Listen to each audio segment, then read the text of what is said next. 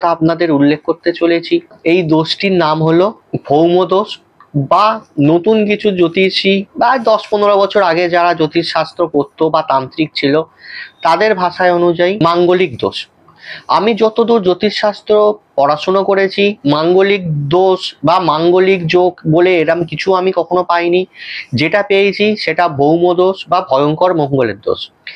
এই দোষ অবশ্যই ক্ষতিকর, কিন্তু ক্ষেত্র বিশেষে বা ঘর বিশেষে এই দোষের প্রভাব প্রচুর পরিমাণে কমে যায়, বা কিছু ক্ষেত্রে দেখা যায় এই দোষটি খণ্ডন হয়ে গেছে। আজকের বিষয় সেটিকে নিয়েই, কোন ঘরে মঙ্গলের অবস্থান থাকলে ভৌম দোষের প্রভাব কমতে থাকে বা খণ্ডন হয়ে যায়। প্রথমেই বলবো মেষ রাশি এবং বৃশ্চিক রাশি। মেষ রাশি মঙ্গলের নিজস্ব ঘর এবং বৃশ্চিক রাশি মঙ্গলের নিজস্ব ঘর।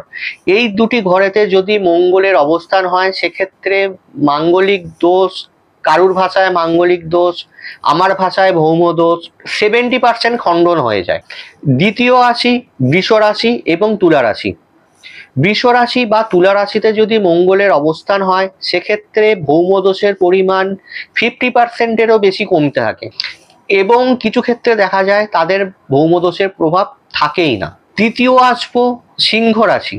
সিংহ রাশিতে মঙ্গলের অবস্থান থাকলে সম্পূর্ণরূপে মাঙ্গলিক দোষ বা ভৌম দোষ খণ্ডন হয়ে যায়। তারপর আসি ধনু রাশি এবং মীন রাশি। ধনু রাশি এবং মীন রাশিতে মঙ্গলের অবস্থান থাকলে 40%-এরও বেশি মাঙ্গলিক দোষ খণ্ডন হয়ে যায়। শেষ পড়ে থাকলো মকর রাশি।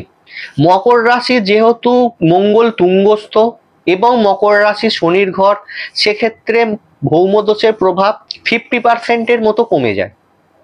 অনেকে বলতে পারেন যে দাদা এগুলো আপনি কি করে বলছেন, আপনার কাছে কি প্রুফ রয়েছে?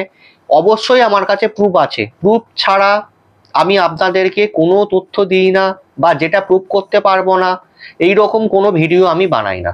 আপনারা আপনাদের জন্মছক একটু বিচার করে দেখুন, এই ঘরগুলোতে যেগুলো আমি বললাম এই সব ঘরগুলোতে যদি মঙ্গলের অবস্থান থাকে সেক্ষেত্রে ভৌম দোষ হয় না, হলেও তার প্রভাব প্রচুর পরিমাণে কমে যায় এবং তার প্রতিকার না করালেও চলে। একটা কথা আপনাদের বলে রাখি, মানুষের জীবনে মঙ্গলের প্রভাব না থাকলে একটা মানুষ কোনোদিনই সাফল্য সিঁড়িতে উঠতে পারে না।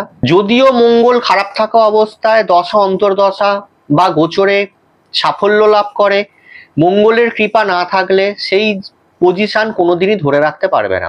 আগামী দিন আসবো কোন গ্রহের সাথে মঙ্গলের যুক্ত থাকলে ভৌম দোষ হয় না সেটিকে নিয়ে আলোচনা করব। যদি আপনাদের জ্যোতিষ সংক্রান্ত কোনো বিষয়ে আমার থেকে সহযোগিতা লাগে অবশ্যই আমার সাথে আপনারা কন্ট্যাক্ট করতে পারেন।